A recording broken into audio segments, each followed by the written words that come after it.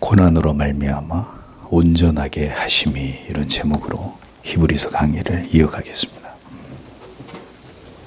천사와 비교 불가의 우월성을 가지신 하나님의 아들이심에도 불구하고 그가 메시아의 사명을 감당하기 위해 걸어가셔야 했던 길은 결코 평탄한 길이 아니었습니다. 기독교의 진리가 갖는 역설이 바로 여기에 있습니다.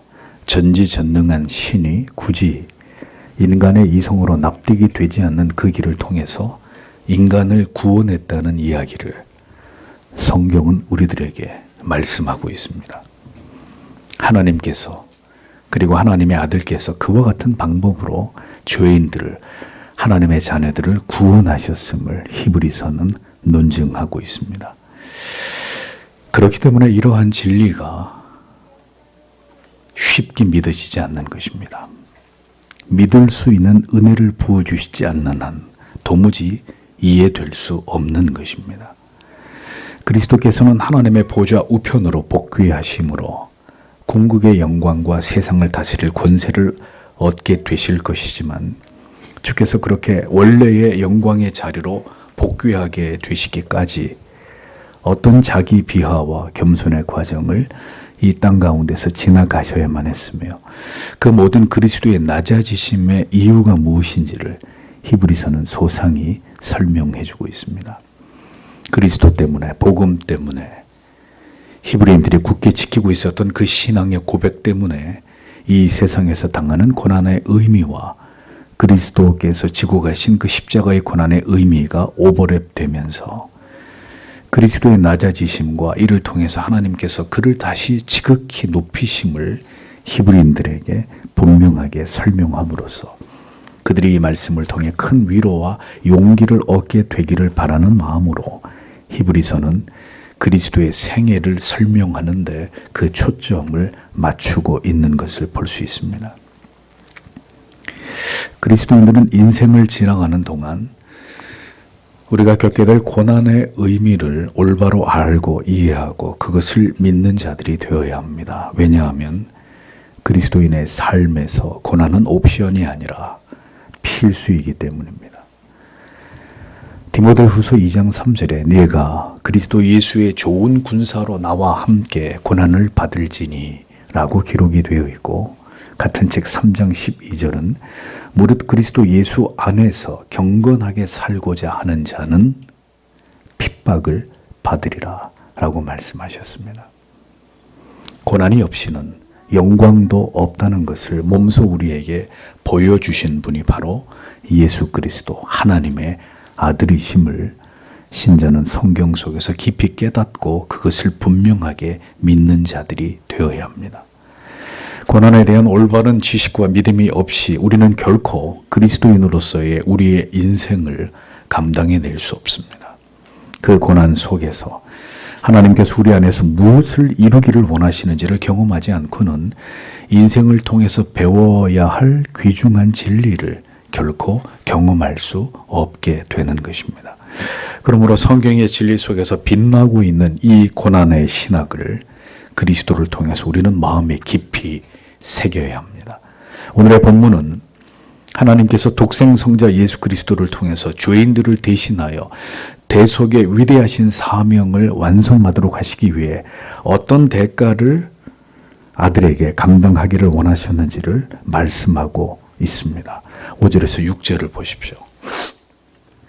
왜냐하면 그분께서 우리가 말하는 곧 오려고 하는 세상을 천사들에게 복종시키지 않으셨기 때문이다. 그러나 누가 어딘가에서 증거했다 말하기를 사람이 무엇이길래 당신께서 그를 생각하십니까? 혹은 인자가 무엇이길래 당신께서 그를 돌보십니까? 이렇게 기록이 되어 있습니다. 히브리서 1장에서는 천사의 존재는 결국 하나님의 아들이신 예수 그리스도의 탁월성에 비해 비교의 대상이 되지 않는다라는 것을 설명했습니다. 이제 이어서 2장 5절로 이어지면서 다시 천사와 그리스도에 대한 비교를 통해서 그리스도의 독보적인 우월성을 또다시 강조해서 말씀하고 있는 것을 우리는 볼 수 있습니다. 1장 14절에서 모든 천사들은 그리스도께서 부리는 영으로 구원 얻을 후사들, 즉 성도들을 섬기기 위해 보내심을 입은 이런 존재들이다라는 것을 밝히고 있습니다. 이어지는 2장 5절에서는 왜냐하면이라는 접속사가 원문에는 나타나고 있는데, 천사들이 왜 성도들을 섬기기 위해 보내심을 입은 존재인지를 설명하면서 그 이유를 천사들의 역할이나 사명은 장차 오는 세상을 다스리는 것에 있지 않기 때문이다, 이렇게 설명하고 있는 것을 볼 수 있습니다. 여기서 장차 오는 세상이란 메시아께서 다시 부활하시고 승천하셔서 천상에 임하실 때 그리스도께서 통치하게 되실 종말론적으로 구원이 완성된 천상의 세상을 가리킵니다.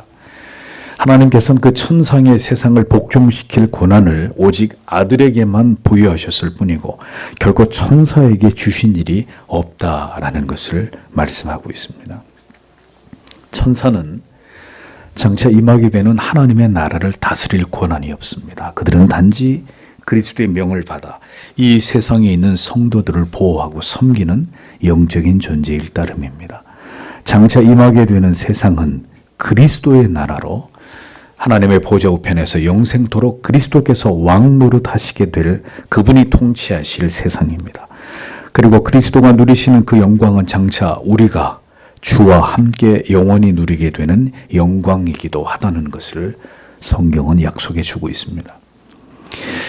회유와 핍박과 고난의 한복판에서 히브리인 신자들이 굳게 붙들어야 했던 것은 바로 내세의 주인이 되신 예수 그리스도이셨습니다. 천사도 그들의 조상도 선지자들도 아닌 이 위대하신 그리스도를 굳게 의지하고 그를 아는 지식을 통해서 참된 소망을 갖기를 히브리서는 그들에게 간절히 바라고 있었던 것입니다. 천사도 누리지 못하게 될 영광을 우리는 주와 함께 영원토록 누리게 될 자들입니다. 이어서 히브리서는 누군가가 어디에서 증거하였다라고 말하면서 이제 그렇게 모두가 다 아는 구약의 시편을 인용해서 하나님께서 인간에 대해서 그리고 그 아들을 향해서 가지고 계신 사랑에 대해서 설명하고 있습니다. 그래서 6절에서 8절까지의 내용은 시편 8편 4절에서 6절을 인용한 내용입니다. 6절에서 인용된 시편 8편 4절의 내용은 두 행으로 나뉘어져 있습니다. 하나는 사람이 무엇이건대 주께서 저를 생각하시며와 다른 하나는 인자가 무엇이건대 주께서 저를 권고하시나이까 라는 구절입니다. 이것은 히브리 시에서 주로 사용되는 병행법적인 구조로 두 행 모두가 사실은 같은 의미이지만 각각 다르게 표현된 것임을 알 수 있습니다. 사람, 인자 같은 의미로 사용된 것입니다. 이 구절에서 우리가 두 가지 동사를 주목해 봐야 하는데 첫 번째는 생각하시며이고 두 번째는 권고하시나이까 라는 이 부분입니다.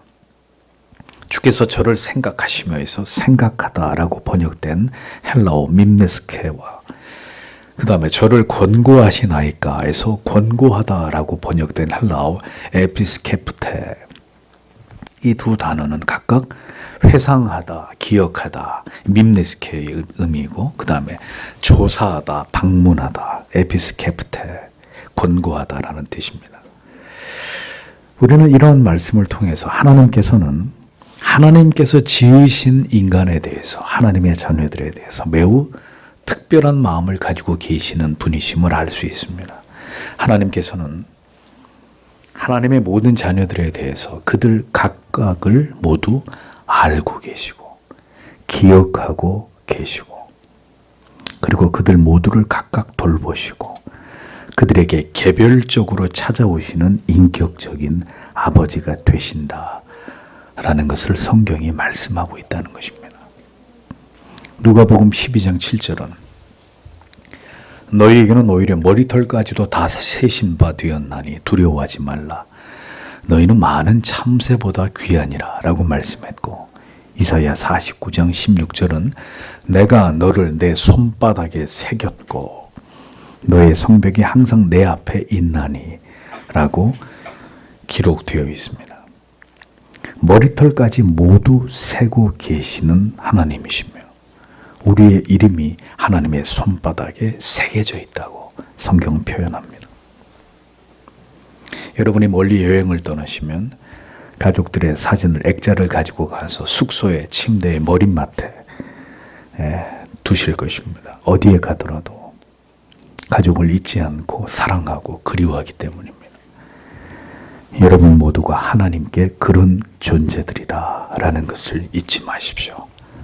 아침 안개와 이슬처럼 쉬 사라져버릴 비루한 인생이고 하나님의 그 영원하심에 비해서 한 경점과 같은 짧은 시간을 살다가 소멸돼 버리는 인생일지라도 하나님께서는 우리를, 여러분 한 분 한 분을, 당신을 지극히 소중히 여기시고 사랑하시는 아버지십니다. 우리를 귀하게 여기실 뿐만 아니라 우리 각자 한 사람 한 사람을 모두 기억하고 계시고 돌보시고 때때로 우리의 인생 속에 매우 중요한 순간마다 깊이 찾아오시는 아버지가 되신다는 사실을 잊지 마십시오. 우리의 모든 생애를 하나님께서 간섭하고 계시고 인도하고 계신다는 것을 우리는 기억해야 합니다. 시편 71편 17, 18절에서 시인이 이렇게 고백하지 않습니까? 하나님이여, 나를 어려서부터 교훈하셨으므로 내가 지금까지 주의 기사를 전하였나이다. 하나님이여, 내가 늙어 백수가 백발을 가리킵니다. 백수가 될 때에도 나를 버리지 마시며 내가 주의 힘을 후대에 전하고 주의 능을 장래 모든 사람에게 전하기까지 나를 버리지 마소서. 하나님께서는 우리가 모태로부터 태어나서 늙어 주의 품에 안기게 될 때까지 우리를 생각하시고 기억하시는 아버지시다 라는 것을 잊어버리지 마십시오. 하나님이 우리를 생각하시고 기억하셨기 때문에 우리 각자에게 아들을 통해서 찾아오신 것입니다. 우리의 손을 잡고 그 아들 앞으로 인도하신 것입니다. 그 하나님의 아들을 믿어지게 하셨고 그 구원의 감격과 은혜가 더 깊이 우리 내면에 스며들게 하셔서 구원과 영생의 확신과 소망을 가지고 이 세상을 살아가도록 우리를 지도하시고 인도하시면서 오늘도 우리를 붙드시는 그분이 바로 우리의 아버지 하나님이십니다. 하나님께서는 사람을 생각하시고 오늘도 자기 백성들을 찾아오셔서 그들을 권고하시는 분이십니다. 당신을 기억하시고 당신에게로 찾아오시는 하나님이십니다. 인용된 시편에서의 인자와 사람은 하나님의 자녀들인 우리들을 의미하지만 시편을 인용한 본문의 히브리서에서는 그 사람, 그 인자라고 기록하면서 하나님께서 이같이 특별하게 여기시는 존재가 천사가 아닌 하나님의 아들이신 예수 그리스도이시다라는 것을 암시하고 있습니다. 이것을 통해서 천사보다 우월하신 그리스도를 계속해서 히브리서는 강조하고 있는 것을 보여줍니다. 천사와는 비교할 수 없는 사랑과 관심으로 하나님의 아들이신 그리스도를 대하심을 기록한 이후에 이제 그리스도께서는 인간들의 대속을 감당하시기 위해서 어떤 과정을 몸소 그가 감당하셨는지를 말씀하고 있습니다. 그래서 7절과 8절을 이어서 보면 당신은 그를 잠시 동안 어떤 천사들보다 못하게 하셨습니다. 당신께서 그를 영광과 영예로 관씌우셨습니다. 당신께서 모든 것들을 그분의 발들 아래에 복종시키셨습니다. 왜냐하면 그분에게 모든 것들을 복종시킬 때 그분에게 복종치 않게 버려두는 것이 아무것도 없기 때문입니다. 그러나 지금 우리는 아직 그분에게 복종되어 왔던 모든 것들을 보지 못한다. 이렇게 직역이 됩니다. 자, 이 두 구절 속에서 성부 하나님께서는 성자 예수 그리스도를 이 땅에 계시는 동안 그리고 다시 천상으로 복귀하셨을 때 어떻게 그 아들을 대우하셨는지를 말씀하고 있습니다. 예수 그리스도를 잠시 동안 천사보다 못하게 하셨다라고 했는데 그 의미가 무엇일까요? 그것은 그리스도께서 인간의 모습으로 이 땅에 오신 성육신 사건을 가리키는 것입니다. 저를 잠깐 동안 천사보다 못하게 하시며, 이 말씀이 의미하는 바가 무엇입니까? 그리스도께서 천사보다 못한 상태에 계셨다는 의미는 무엇을 뜻하는 것일까요? 그 구체적인 내용이 바로 9절에 기록되어 있는 말씀입니다. 그러나 잠시 동안을 어떤 천사들보다 못하게 되어 오고서 우리가 죽음의 고난 때문에 영광과 영예로 관시움을 받아오셨던 예수를 본다. 그분께서 하나님의 은혜로 모든 자를 위하여 죽음을 맛보시기 위하여 라고 기록되어 있습니다. 구절을 주의 깊게 보십시오. 오직 우리가 천사들보다 잠깐 동안 못하게 하심을 입은 자, 그가 누굽니까? 곧 죽음의 고난 받으심을 인하여 라고 기록되어 있습니다. 그러니까 하나님의 아들께서 천사보다 잠깐 동안 못하게 되셨다는 의미는 절대로 가벼운 뜻이 아닙니다. 그 의미는 죽음의 고난을 받으심이라고 성경은 분명하게 설명하고 있습니다. 그리스도께서 천사보다 잠깐 동안 못하게 되셨다는 의미는 그가 친히 인간이 되셨고, 그리고 인간이 경험하는 모든 것을 그가 친히 경험하셨으며, 그 모든 인간들을 위해서 지극히 무력한 모습으로 그리스도께서 십자가에 달려 죽으신 그 사건을 의미하는 것입니다. 아들을 죽음으로 지옥의 음부에 내려가는 듯한 극심한 고통 가운데로 하나님께서 그를 이끄셨습니다. 그리고 이 모든 과정은 인간들의 죄를 대속하며 하나님의 공의를 충족시키는 유일한 방법이었다고 말씀하고 있습니다. 그리스도는 우리를 구원하기 위해서 이 땅 가운데서 죽음의 고난을 감당하신 메시아이십니다. 그가 감당하셨던 고통이 얼마나 컸기에 주께서는 십자가를 지시기 전 겟셋마네 동산에서 흐르는 땀이 핏방울이 되기까지 진액을 짜서 기도하시면서 내 아버지여, 만일 하실만 하시거든 이 잔을 내게서 지나가게 하옵소서. 그러나 나의 원대로 마옵시고 아버지의 원대로 하옵소서라고 그분이 기도하셨던 것을 우리는 깊이 생각해 보아야 합니다. 마침내 그리스도께서 십자가 위에 높이 달리셔서 그 육체로 견디기 힘든 고통을 그가 당하실 때 주께서는 왜 하나님 아버지를 향해 나의 하나님, 나의 하나님, 어찌하여 나를 버리셨나이까? 라고 절규하셨는지를 우리는 잊지 말아야 할 것입니다. 이 모든 것이 천사보다 잠깐 동안 못하신 그 시간 속에서 그리스도께서 우리를 위해 감당하신 일들이셨습니다. 죄에 대한 하나님의 공의가 얼마나 무서운 것이고 이 죄를 하나님께서 얼마나 미워하시는지는 하나님의 아들께서 감당하신 그 모든 괴로움과 고통과 그 모멸을 통해서 분명하게 우리가 기억해야 될 부분입니다. 죄가 그렇게 아무렇지도 않은, 간단하게 생각할 수 있는 가벼운 문제라면 그리스도는 왜 그토록 가혹한 대가를 지불하셔야만 했을까요?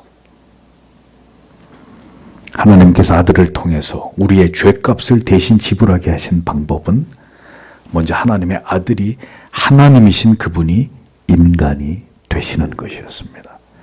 신이 인간이 되신다는 것은 여느 인간들과 다를 바 없이 여인의 태 속에서 10달을 머무시고 그리고 자기의 힘으로는 도무지 살아갈 수 없는 유약한 유아기를 지나 유년기, 청소년기, 청년기 그 모든 성장의 긴 과정을 그가 이 땅에서 보내셔야만 했던 그런 일이었습니다. 그리고 마침내 때가 이르렀을 때 주께서는 발가벗기운 채로 십자가에 달려 가장 고통스럽고 치욕스러운 죽음을 당하시는 것으로 메시아로서의 모든 대속의 사명을 이루셨습니다. 하나님이신 그분이 한 인간으로서의 삶을 이 땅에서 그 모든 과정을 충실하게 이행하셨다는 것은 무엇을 의미하는 것인지, 그것이 얼마나 큰 희생이고 고난이었는지를 우리는 절대로 이해할 수 없을 것입니다.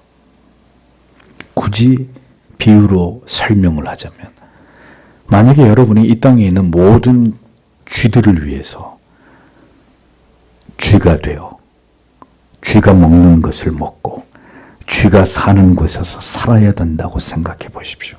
수십 년간 그 모든 시간들을 인내하면서 결국은 그 모든 쥐들을 위해서 이제 내 목숨을 버려야 하는 시간이 오기까지 그 모든 과정을 성실하게 감당해야 된다고 가정해 보십시오. 그것은 정말 무가치한 일이고 생각조차 하고 싶지 않은 그런 일일 것입니다. 온 세상 우주 만물을 창조하시고 시공을 초월하여 존재해 오신 하나님의 아들께서 인간이 되시고 인간들이 살아가는 환경 속에서 인간과 동일한 삶을 사시면서 묵묵히 대속의 사명을 감당하시기 위해 주님이 지불하신 그 모든 대가들을 생각해 보십시오. 하나님의 뜻이 이루어지는 길은, 그 뜻을 위해서 살아가는 삶은 결코 즐거움과 행복과 기쁨이 넘치는 삶만이 절대로 아닙니다. 하나님의 아들께서도 아버지의 뜻을 이루어 가시는 그 시간은 그분에게 감당하기 힘든 그 고난 자체였다면, 이 땅에서 하나님의 백성들로 하나님의 영광을 위한 그 삶을 감당해야 될 우리의 삶 또한 어떠해야 될지를 여러분 생각해 보십시오. 천사보다 못한 시간을, 이 땅에서 그렇게 30여 년의 시간을 지내야 했던 그리스도이십니다. 아버지의 뜻을 이루기 위한 그 길은 단 몇 초 만에 이루어질 수 있는 그 길이 아니었습니다. 길고 긴 시간을 주님은 그렇게 스스로 천사보다 못한 모습 가운데 자기 자신을 두시고 그 모든 시간들을 인내하셨습니다. 그것은 죄가 얼마나 무서운 것이고 하나님께서 그 죄를 미워하시는지를 보여줌과 동시에 우리를 위해 천사보다 못한 그 시간을 견디신 그리스도의 위대한 생애, 그 하루하루가 모두 우리를 향하신 사랑이었음을 증명해 보이신 시간이었습니다. 사랑으로 그 모든 날들을, 그 모든 고통스러운 시간들을 모두 그리스도께서는 이겨내시는 것입니다. 그것이 사랑의 힘입니다. 성도 여러분, 우리의 인생이 진정으로 하나님의 뜻을 이루어드리는 인생이기를 원하십니까? 그렇다면 이 세상 사람들로부터 멸시와 조롱을 당하는 것은 물론이고 때로 우리 자신이 생각했던 기대보다 훨씬 못 미치는 삶을, 그런 대우를 받을 각오를 해야 하는 것입니다. 무엇이든 우리가 생각한 것보다 더 못한 삶을 신앙 때문에 우리가 감당해야 될 수도 있다는 것을 분명히 아셔야 합니다. 사람들은 모두 예수를 믿고 금빛 꽃가루가 떨어지는 길을 가고 싶어 합니다. 그러나 주가 우리를 위해 걸어가신 그 길을 보십시오. 우리가 그리스도의 제자이며 주가 걸어가신 그 길을 따라가고자 한다면 우리에게 오늘 어떤 마음이 준비되어 있어야 되는지를 다시 생각해 보셔야 합니다. 하나님께서는 그의 아들을 통해서 무엇을 계획하셨고 그것을 이루시기 위해 아들을 어떤 길로 인도하셨는지를 우리는 분명히 이것을 올바로 알 필요가 있습니다. 그래야만 그리스도께서 왜 천사보다 못한 상태로 이 땅 가운데 계셔야 됐는지를 정확히 이해할 수 있기 때문입니다. 하나님께서는 아들을 통해서 하나님의 자녀들을 죄악의 타락과 그 전적인 무능의 상태에서 영원한 파멸에서 친히 건져내시고 영원한 영광 가운데로 이끄시고자 하신 계획을 가지고 계셨습니다. 하나님과의 약속을 깨트린 우리들이지만 하나님께서는 그 상태로 영벌을 받아야 하는 그 지경에 우리를 그대로 두지 않으시고 새 하늘과 새 땅에서 영원토록 하나님과 함께하고자 하시는 그 뜻을 꺾지 않으셨습니다.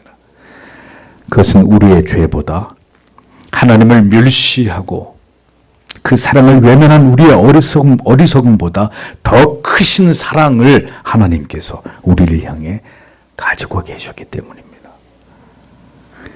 그러나 그 사랑이 펼쳐지는 계획 속에는 우리 모두를 대신한 하나님의 독생성자 예수 그리스도의 완전한 낮아지심이 반드시 필요하셨다는 것을 우리는 잊지 않아야 합니다.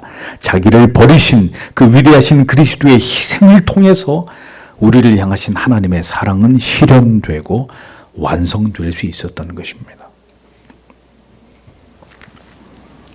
그리스도인의 삶이란 무엇입니까? 누군가를 위해서 여러분은 그 같은 고통을 감당하실 수 있겠습니까? 한 영혼을 살리고 바른 길로 이끌기 위해서 내가 죽어야 한다면 여러분 기꺼이 그 길로 가실 수 있겠습니까? 고통보다 더한 사랑으로 누군가를 끝까지 믿어주고 기다려주고 그를 위해 오늘도 눈물로 기도하면서 그 사랑의 대가를 지불하는 삶이야말로 가장 그리스도를 닮아가는 성도의 삶이 아니겠습니까? 주께서는 죽음의 고난을 받으심으로 인해서 영광과 존귀의 관을 쓰셨습니다. 그것은 우리를 대속하심을 통해서 아버지께서 아들에게 주신 상이었습니다. 그러나 그렇게 되기까지 주께서 감당하신 십자가의 그 모든 순환은 구원받기로 작정된 모든 하나님의 자녀들을 위해서 그리스도께서 죽음을 맛보시기 위함이었다고 성경은 말씀하고 있습니다. 그리고 성자께서 그렇게 죄인들을 위해 자기의 목숨을 버리시는 이 숭고하고 아름다운 희생이 바로 하나님께서 우리에게 베풀어 주신 은혜라고 성경은 말씀하고 있습니다. 죽음을 맛볼 때 영광이 있습니다. 이것이 하나님의 방법입니다.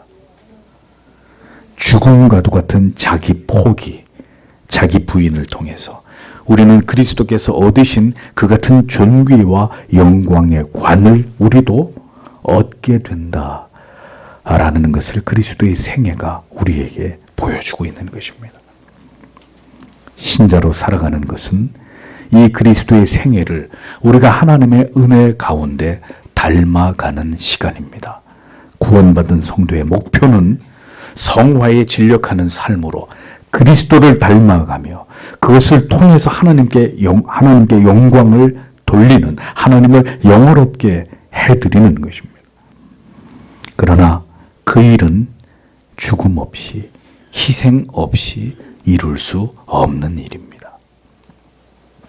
자기 부인 없이 우리가 지고 가야 될 십자가가 존재하지 않는 주님 앞에서 받을 영광이라고 하는 것은 존재하지 않습니다. 이것이 기독교의 진리가 담고 있는 역설적인 축복입니다. 성도 여러분, 오늘도 누군가 때문에 여러분의 마음이 아프십니까? 가슴이 찢어지는 괴로움을 느끼십니까? 그 모든 일들을 믿음으로 감당하며 인내하는 것이 바로 그리스도를 닮아가는 신자의 삶이라는 것을 기억하십시오. 그것을, 그 가치를 배워 나아가는 것이 그리스도인으로서의 인생의 긴 시간들입니다. 당신의 그 인내로 결국 하나님의 뜻을 이루어드리는 그 일이 당신의 생애 속에서 하나님께서 영광을 받으실 가장 아름다운 일이 될 것이라는 것을 잊지 마십시오. 그것이 바로 우리가 지고 가야 될 십자가인 것입니다. 그리스도께서 이 땅에 인간의 모습으로 오신 이유는 하나님의 자녀들을 위해서 모든 능욕과 핍박과 고통을 당하시고 결국 죽임을 당하시기 위함이셨습니다. 죄 없으신 하나님의 아들이 당신의 죄로 인해서, 우리의 죄로 인해서 죽임을 당하시기 위해 이 땅에 오신 것이라고 진리는 웅변하고 있습니다. 처참하게 죽기 위해서 태어난 인생이라면, 그것이 내 인생이라면, 나의 인생이라면 우리는 그런 나의 인생을 기뻐하고 즐거워할 수 있겠습니까?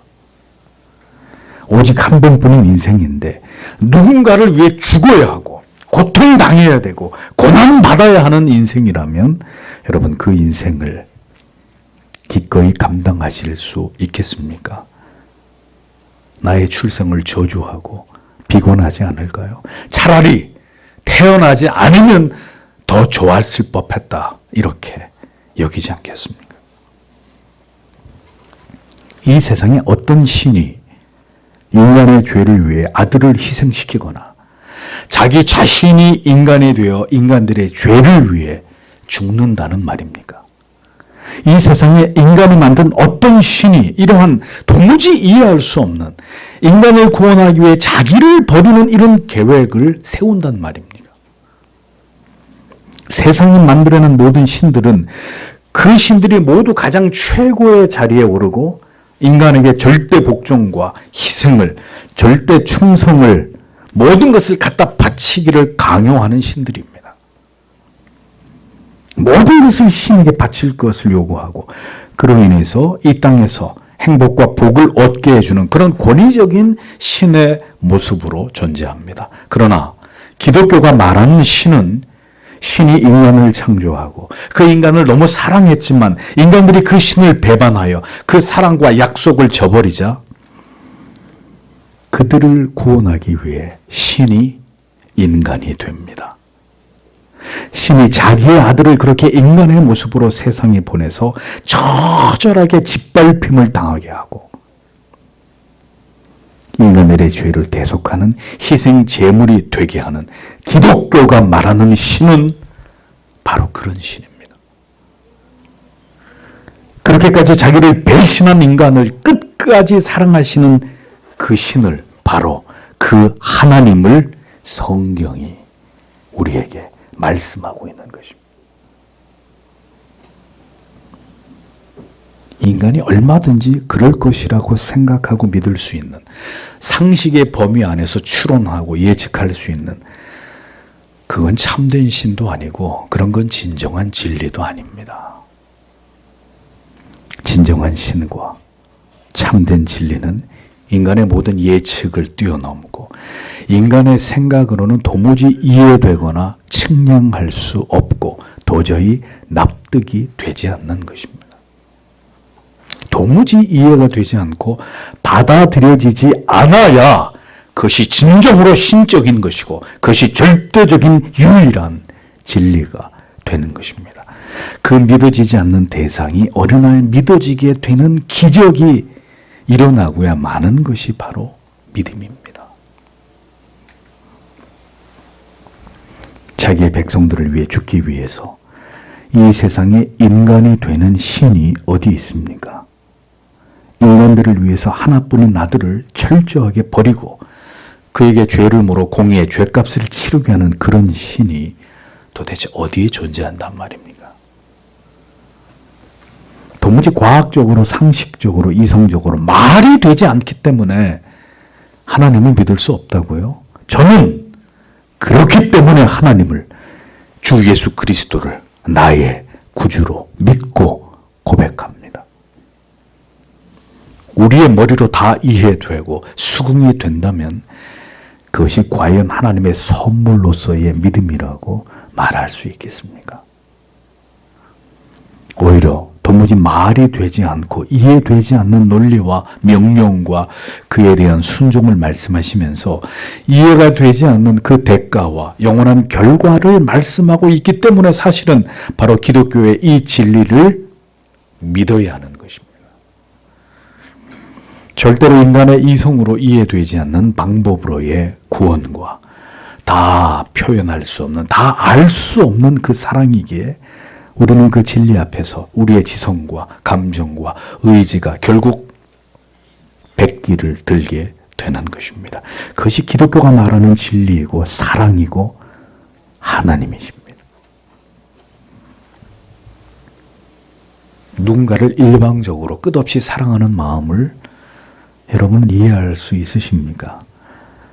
제가 생각할 때 그러한 사랑은 부모와 자식의 관계를 할지라도 결코 쉽지 않으리라고 생각됩니다. 사랑해버리기로 작정한 마음이란 그가 내게 뭐라고 하든, 그가 나를 얼마나 실망시키든 그것은 중요하지 않는 마음입니다.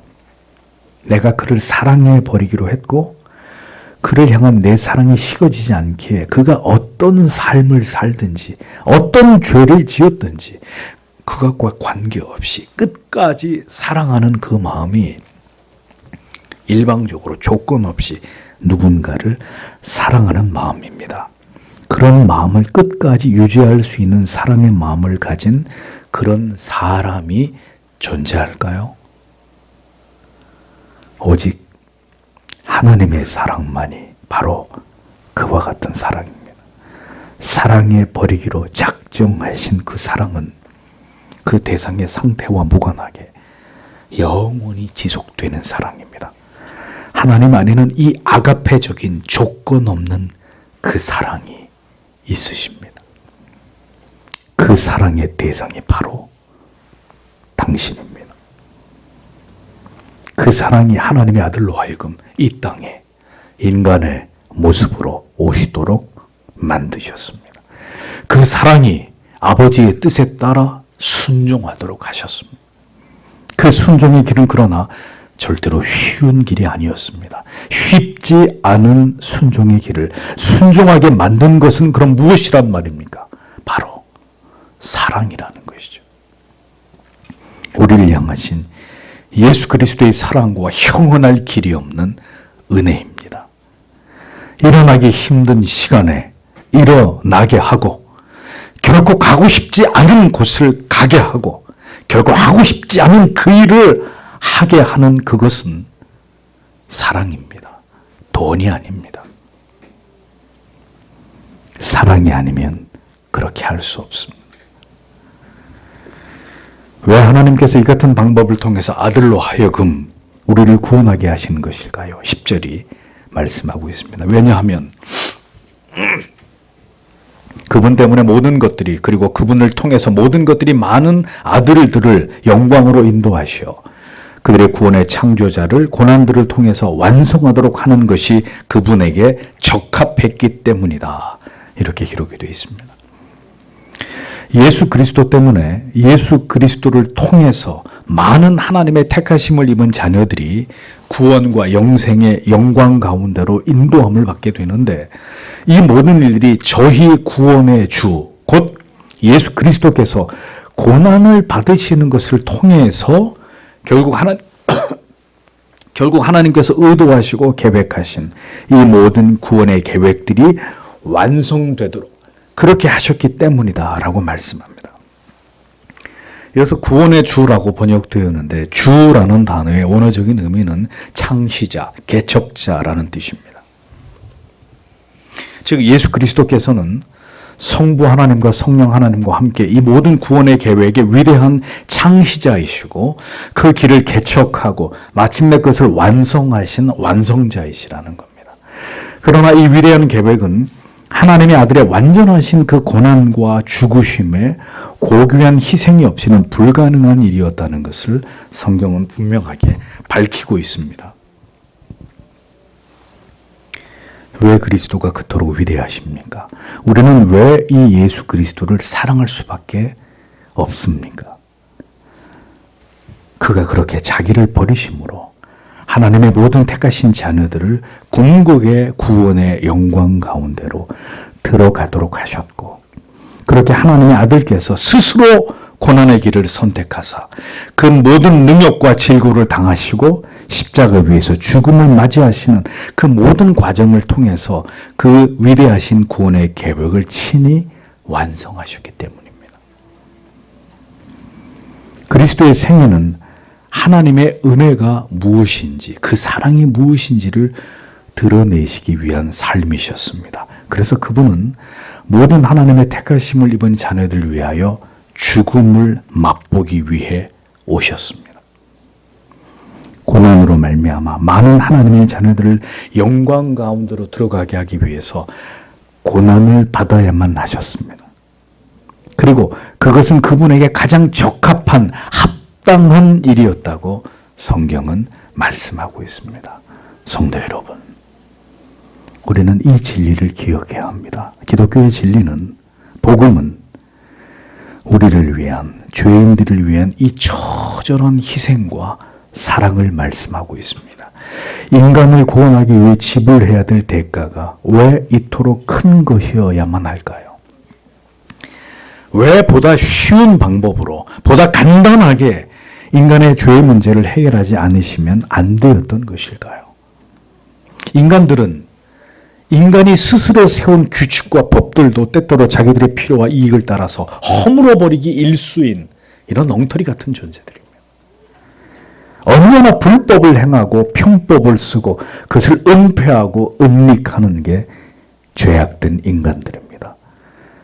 언제나 이러한 죄들이 끊이지 않는 세상의 모습들을 우리는 매일 눈을 뜨면서 아침마다 그것을 보게 됩니다. 그러나 하나님께서는 그런 얄팍하고 사악한 꾀를 부리고 언제나 속이는 일에 능숙한 인간과 근본적으로 다르신 분입니다. 하나님이 세우신 모든 공의와 법은 절대로 변개되거나 그것이 무너지는 법이 없습니다.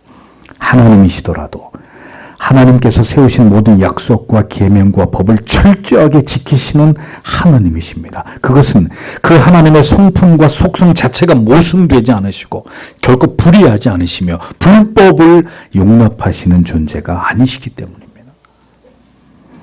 그런데 그 하나님께서 자신이 지으신 존재인 인간의 그 타락과 부패와 불순종을 보시고 그들을 다시 그 죄악으로부터, 하나님이 정령 죽으리라 하신 그 사망의 선언으로부터 그들을 다시 영원히 구원해 내시기 위해서 어떤 계획을 세우신 것입니다. 그 계획에 성부 하나님과 성자 하나님과 성령 하나님이 함께 하셨고, 그 성부 하나님의 구원 계획을 완성하시기 위해서는 필연적으로 하나님의 아들의 역할이 절대적인 것이었습니다. 그것은 인간의 머리로는 전혀 이해할 수 없고 수납할 수 없는 방법이었습니다.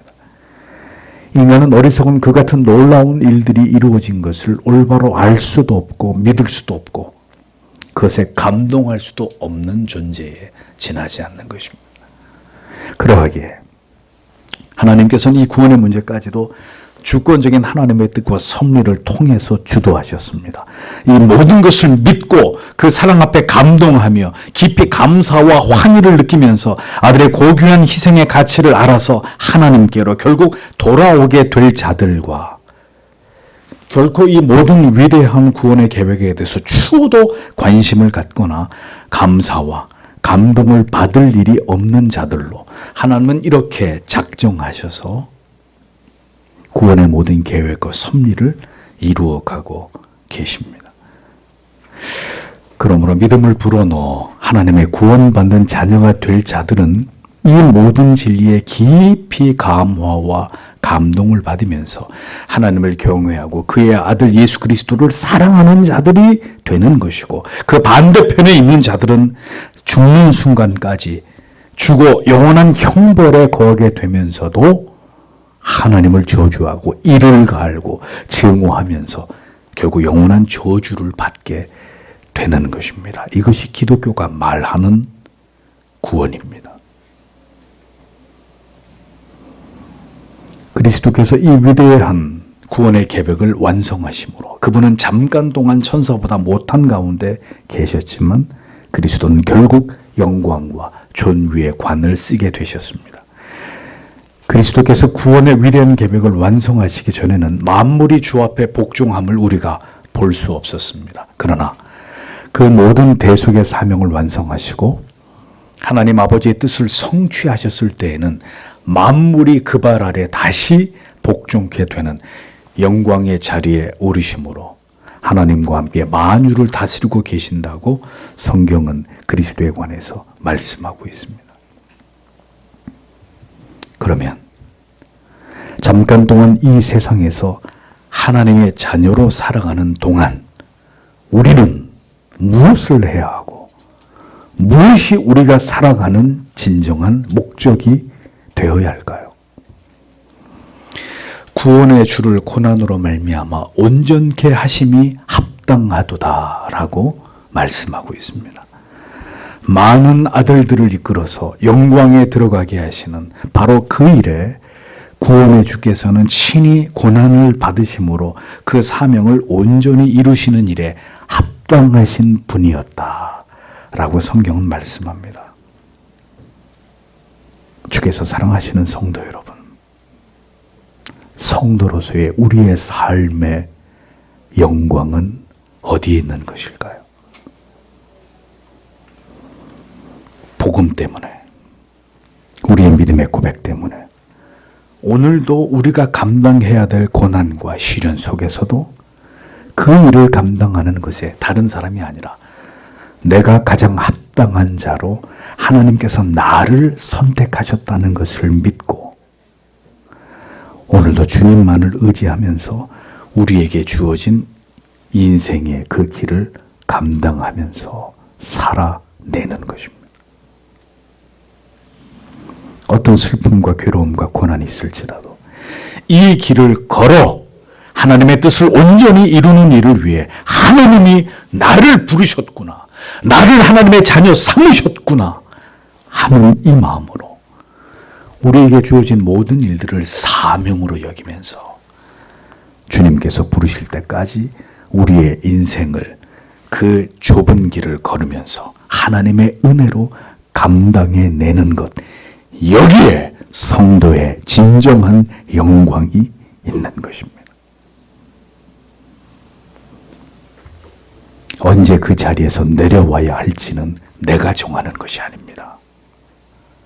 우리를 지으신, 오늘까지 나의 삶과 내 생명을 인도하신 하나님께서 정하시는 것입니다. 하나님의 은혜의 아름다움을 알리기 위해 모든 사람을 위해 고난과 죽음을 맛보신 그리스도를 생각하십시오. 우리도 신자로 이 세상을 살아가는 동안 내 자신을 죽여야만 하는 많은 상황들에 직면하게 될 것입니다. 그때 우리가 결코 잊지 말아야 될 것은 많은 하나님의 아들을, 즉 성도들을 영원한 영광에 들어가게 하기 위해서 십자가의 고난과 자기를 버리신 죽음으로 말미암아 이루셔야 됐던 그 모든 사명을 온전하게 이루신 그리스도처럼 우리 또한 깨어지고 부서지고 더 성화돼 감으로 그리스도의 형상이 우리 안에 이루어지도록 하나님께서 우리들에게도 아들에게 주신 것과 같은 고난과 고통과 괴로움을 우리의 인생 속에서 사용하실 수 있다는 것을 우리는 분명히 알아야 하는 것입니다. 우리 또한 버림을 당할 수 있고 우리 또한 조롱을 받을 수 있고 멸시를 받는 자리에 서야 할 수 있다는 것을 잊어버리지 마십시오. 그것이 하나님께서 기뻐하시는 그리스도인으로서의 삶입니다. 그런데 우리는 이것을 영광으로 생각하는 것이 아니라 세상에서 모든 것을 누리고 맛보고 차지하는 것을 영광이라고 생각합니다. 과연 그것이 영광일까요?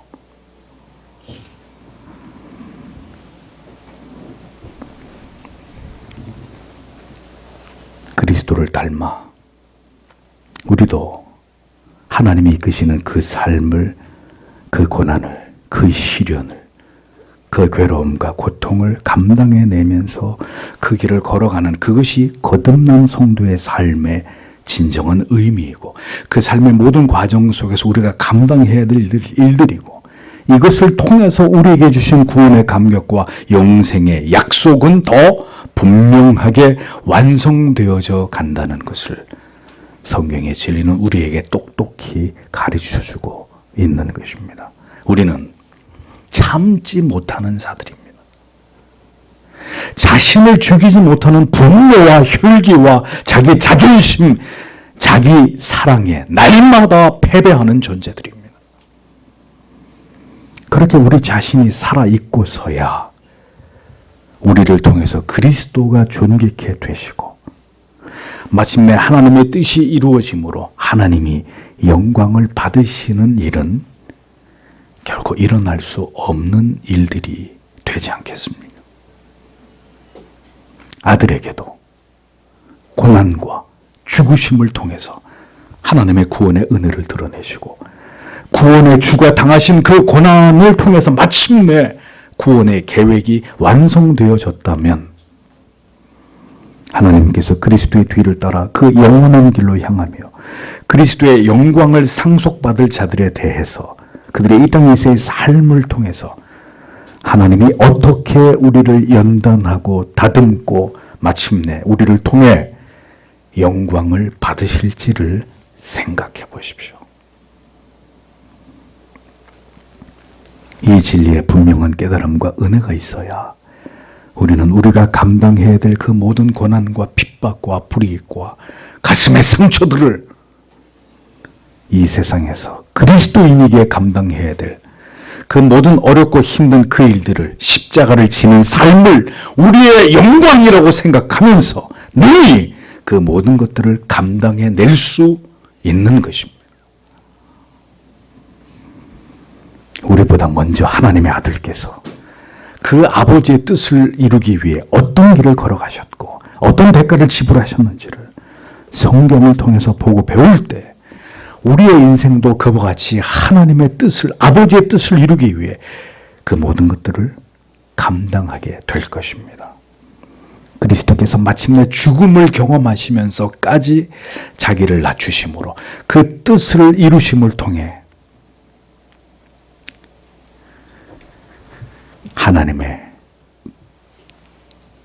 보좌 우편에서 그 모든 영광을 누리고 계시듯이 우리 또한 하나님의 뜻을 이루기 위해 우리 자신을 잘 죽이는 법을, 이 땅에서 우리 자신을 잘 죽일 수 있는 은혜를 하나님께 구하는 자들이 되어야 합니다.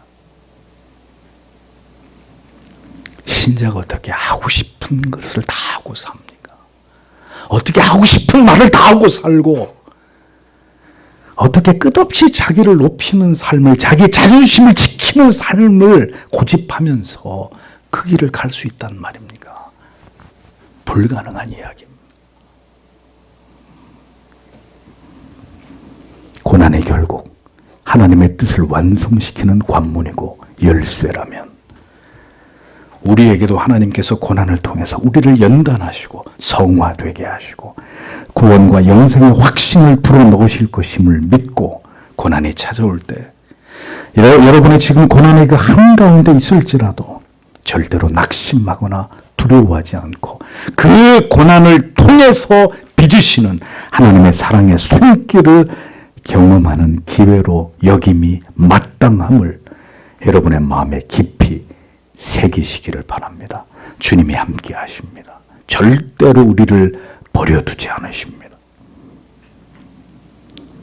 낮아지실 이유가 없으신 가장 높으신 분께서 죽으실 이유가 없는 그 고통의 죽음을 경험하시며 고난을 통해 완성되는 하나님의 뜻을 위해 그가 완전한 고난을 받으셨다면 성도의 이 땅에서의 삶이 어떠해야 될지를 생각해 보십시오. 이 모든 메시아로서의 사명을 감당하신 결과 하나님의 아들께서 누리신 그 영광과 존귀를 바라봄으로 우리는 우리 또한 이 땅에서 좁은 길을 걸어가는 그 거룩한 사명이 끝이 나게 될 때 어떤 영광을 상속받게 될지를 절대로 잊지 않는 그리스도인들이 되어야 할 것입니다. 그것이 우리의 진정한 소망이 되어야 하는 것입니다. 우리의 보상은 이 땅에서 받는 것이 아닙니다. 그것은 일시적인 것이고 천국에서 맛보는 것의 작은 맛보기에 불과한 것입니다. 대속의 사명을 완성하신 그리스도께서 부활하심으로 다시 하나님의 보좌 우편에 오르실 때 주님이 누리신 그 영광을 바라보십시오.